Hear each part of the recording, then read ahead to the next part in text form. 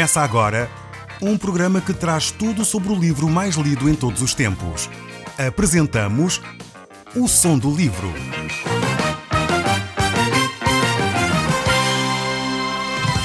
Seja muito bem-vindo. Neste podcast vai encontrar o livro mais conhecido e lido em todo o mundo. Vamos levá-lo numa viagem pela história da humanidade.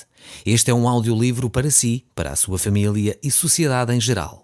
Contextualização e comentários de Paulo Chaveiro. Eu sou Paulo Chaveiro e nós hoje estaremos a estudar o capítulo 5 da Epístola de Paulo aos Efésios.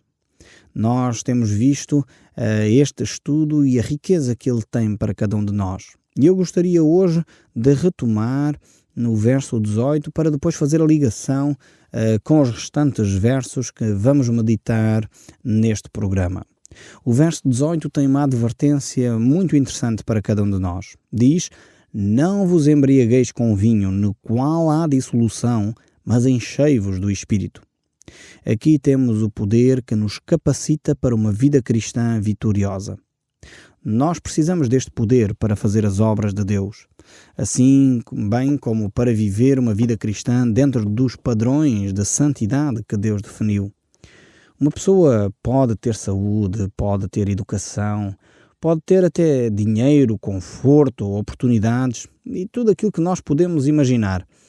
Porém, se ele não tiver o Espírito Santo a agir nele, ele não tem a capacidade para viver um cristianismo vitorioso.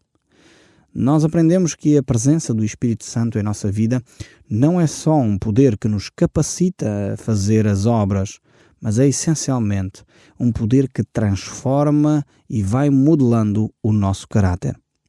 É como se nós tivéssemos um carro novinho em folha, mas se esse carro não tiver combustível, ele não sai do sítio de onde ele está. Para que um carro possa andar, é necessário que ele tenha combustível. Para que um cristão possa viver uma vida santa, ele tem de estar cheio do Espírito Santo. O Espírito Santo é, digamos assim, ainda que de um exemplo bastante grosseiro, mas é como se fosse o combustível, o poder para nos fazer mover, para nos fazer andar. O Espírito Santo é uma pessoa, é a terceira pessoa da Trindade e é Ele que age em nós. A ação do Espírito Santo tem várias facetas. Uma delas é claramente acompanhar-nos, consolar o nosso coração, é estar presente na nossa vida. A promessa de Jesus Cristo, dizendo que estarei convosco todos os dias até à consumação dos séculos, concretizou-se na pessoa do Espírito Santo. É por isso que o apóstolo Paulo, em algumas alturas, utiliza a expressão até o Espírito de Cristo, porque é a mesma entidade, é o Deus triuno que habita entre nós. Outra função do Espírito Santo é relembrar-nos, fazer-nos lembrar todas as coisas que Cristo ensinou. Esta é outra ação do Espírito Santo.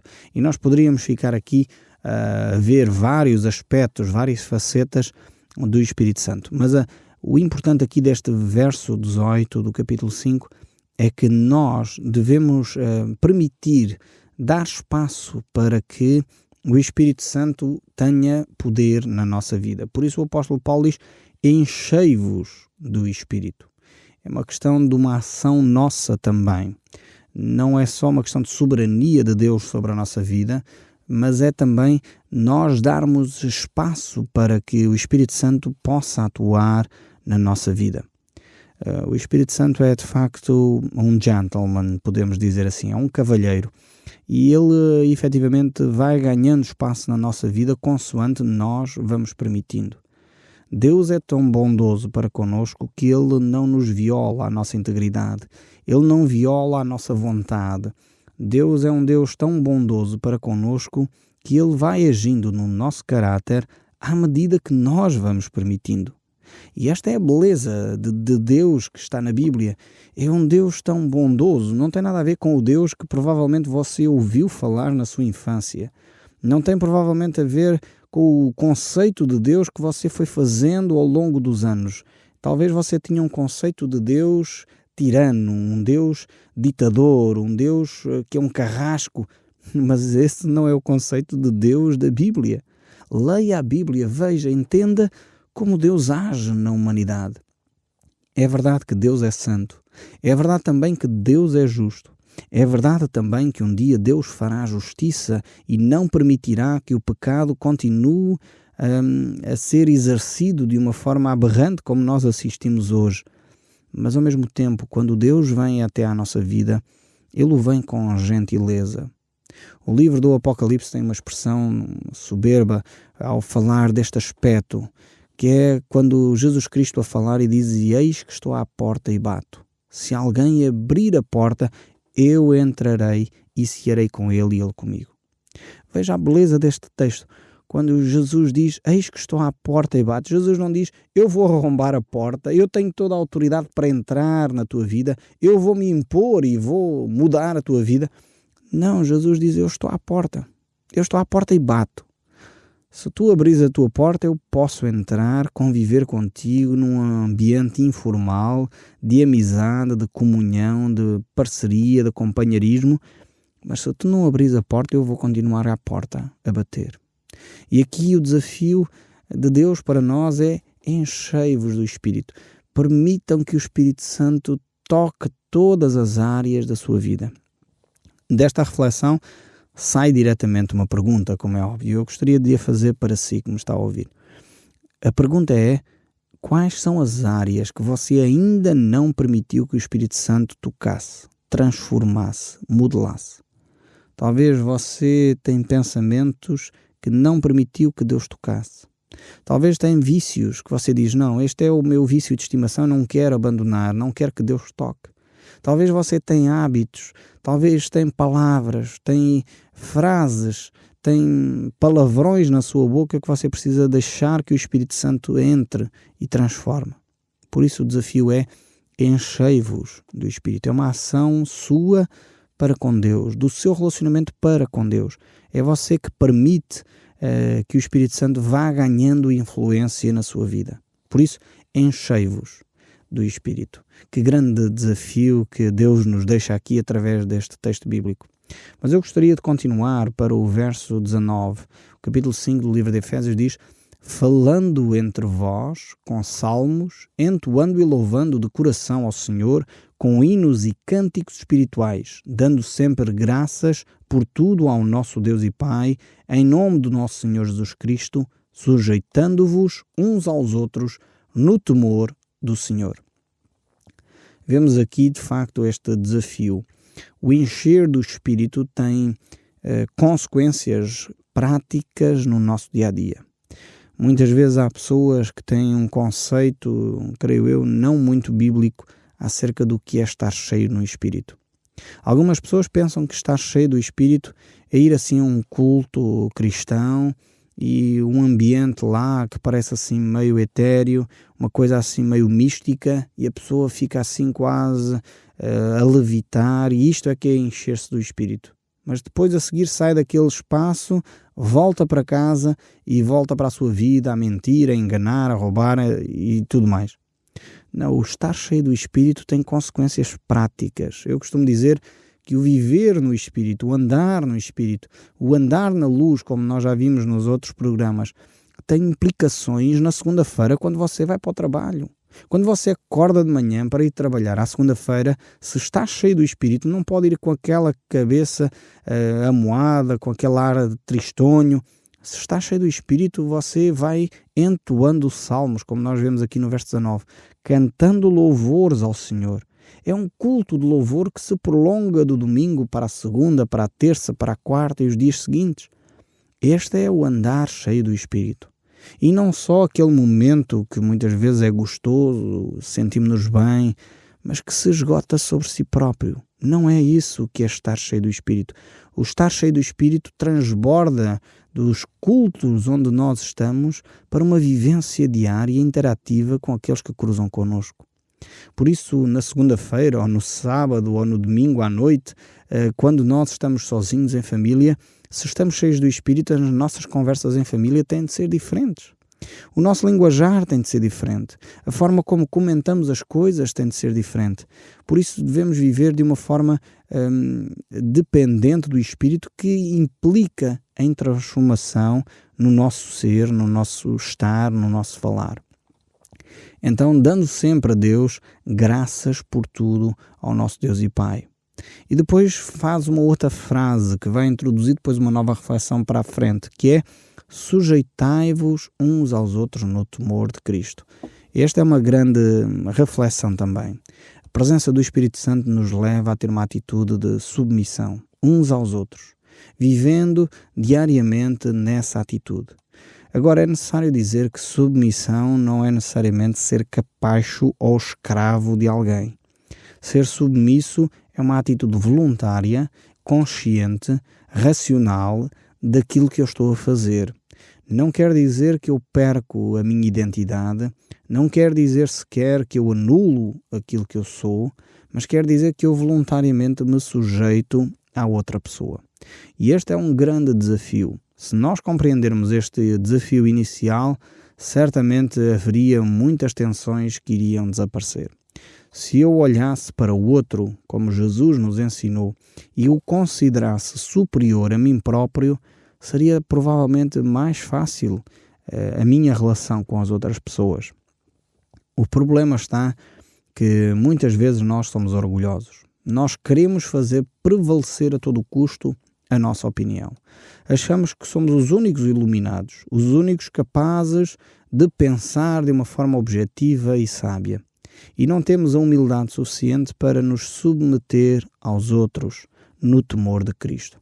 É interessante ver que a submissão aqui aos outros é com base no meu relacionamento com Cristo. Não é com base noutra coisa qualquer, é no temor de Cristo. É porque eu temo a Cristo que eu me sujeito aos outros.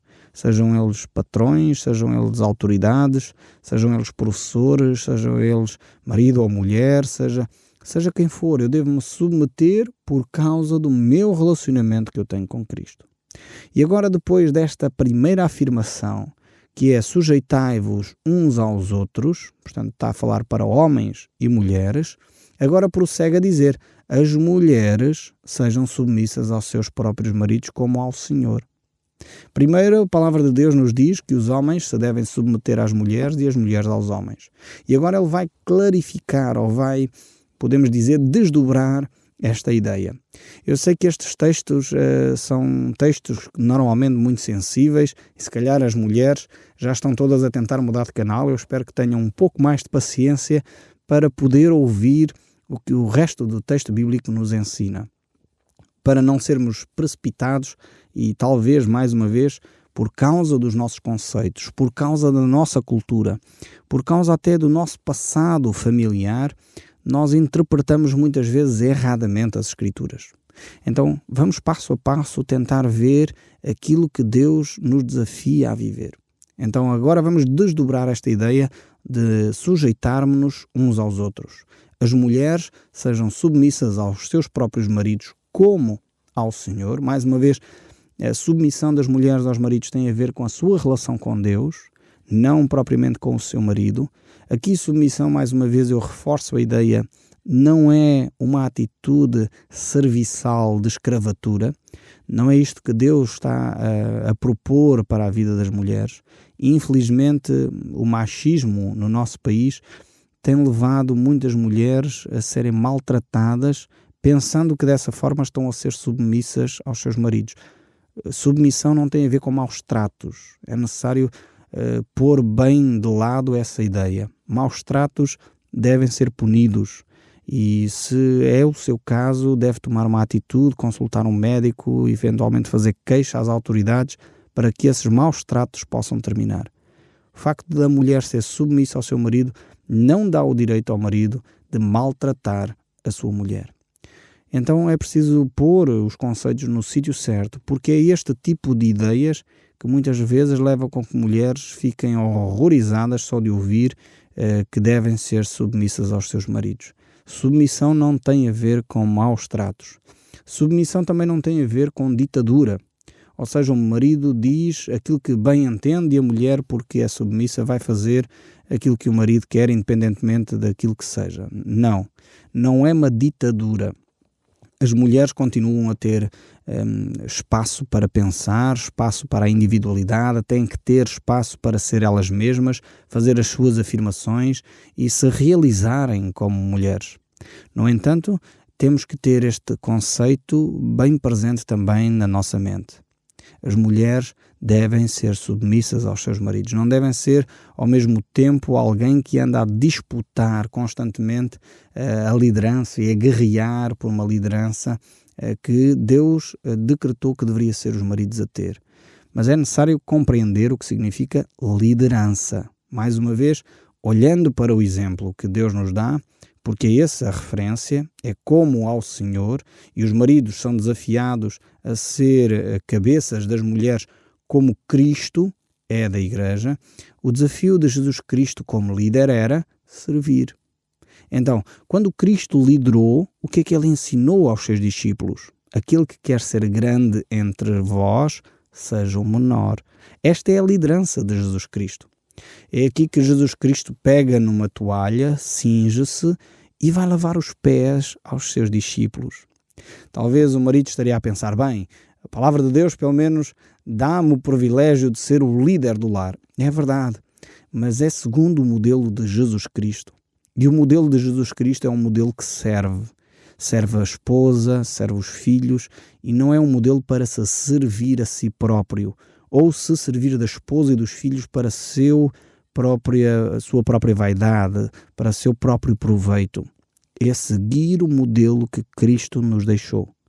Por isso é que ele segue dizendo, porque o marido é o cabeça da mulher, como também Cristo é o cabeça da Igreja, sendo este mesmo o Salvador do corpo. Como, porém, a Igreja está sujeita a Cristo, assim também as mulheres estejam sujeitas aos seus maridos.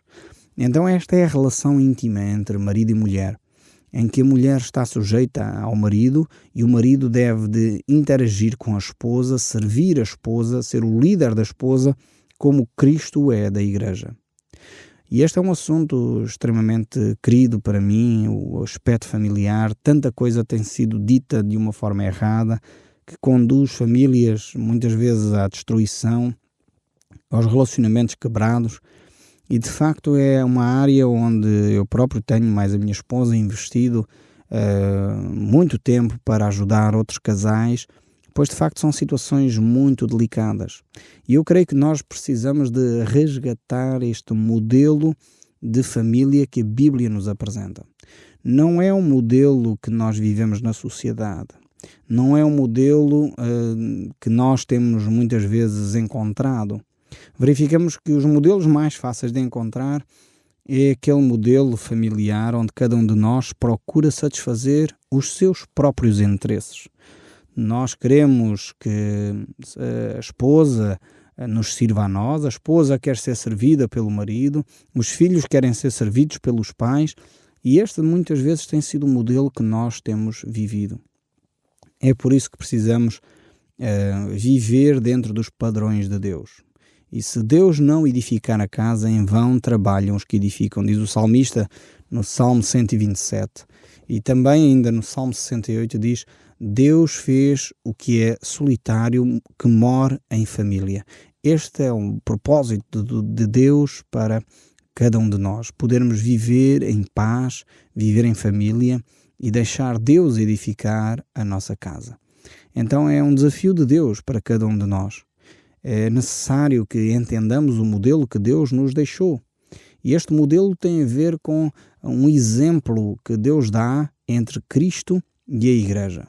Por isso ele diz em 1 Coríntios capítulo 11, o verso 3, quero, entretanto, que saibais ser o Cristo cabeça de todo o homem, e o homem o cabeça da mulher, e Deus o cabeça de Cristo. E Colossenses ainda nos diz, filhos, em tudo obedecei aos vossos pais, pois fazê-lo é grato diante do Senhor. Vemos aqui o modelo familiar de Deus. E aqui não tem a ver com graus de importância, que mais uma vez temos feito às vezes ideias erradas. E aqui é interessante este texto de 1 Coríntios, é que mostra que a relação entre homem e mulher é a mesma relação que entre Deus Pai e Deus Filho. Agora, no nosso conceito cristão de trindade, Deus Filho é tanto Deus como Deus Pai. assim como o Espírito Santo. Não há ali um Deus que é maior que o outro, um Deus que é mais importante que o outro. Isso seria uma aberração teológica. Não aceitamos essa ideia, porque Deus triuno é um só Deus que subsiste em 3 pessoas. Assim, num casamento, devem ser 2 pessoas que subsistem numa só relação. É por isso que Deus diz: serão os 2 uma só carne. O homem e a mulher devem ter uma ligação, uma comunhão tão intensa que passam os 2 a procurar os mesmos objetivos, passam os 2 a procurar a realização do outro, passam os 2 a procurar o benefício daquela pessoa que ama. Por isso mesmo, as mulheres sejam submissas aos maridos e os maridos amem as esposas como Cristo amou a Igreja. É fundamental nós compreendermos esta relação. Se nós não entendermos estas ideias, então muitas vezes vamos ter dificuldades. E é o que diz o verso 25: maridos, amai as vossas mulheres como também Cristo amou a Igreja e assim mesmo se entregou por ela, purificando por meio da lavagem de água pela palavra. Vemos que, mais uma vez, o exemplo, o modelo dado aqui é o modelo de Jesus Cristo. Então, assim como Cristo Jesus se entregou pela Igreja, o marido deve fazer o esforço para se entregar pela sua própria esposa. E este é um amor sacrificial, um amor que vai para além da paixão, ou um amor que vai para além do desejo sexual, ou um amor que vai para além da simples afeto. É um amor que provém de Deus. Não é fácil nós chegarmos ao ponto de nos darmos sacrificialmente pelos outros. Mas o modelo que Deus nos deixa aqui é exatamente este, um modelo sacrificial, porque ele é de acordo com aquilo que Cristo fez pela Igreja, que se entregou a si mesmo. Eu espero sinceramente que cada um de nós possa viver dentro deste padrão de Deus. Primeiro sujeitando-nos uns aos outros, depois as mulheres tendo este aspecto de se submeterem aos seus maridos e os maridos de terem este aspecto de se sacrificarem, amarem de uma forma sacrificial as suas esposas, para que haja harmonia no lar, para que haja de facto um espaço harmonioso para se viver e se crescer. E eu concluo lendo o texto dizendo: para apresentar-se a si mesmo igreja gloriosa, sem mácula, nem ruga, nem coisa semelhante, porém santa e sem defeito. Assim também os maridos devem de amar as suas mulheres como os seus próprios corpos. O Som do Livro, uma produção da Rádio Transmundial de Portugal.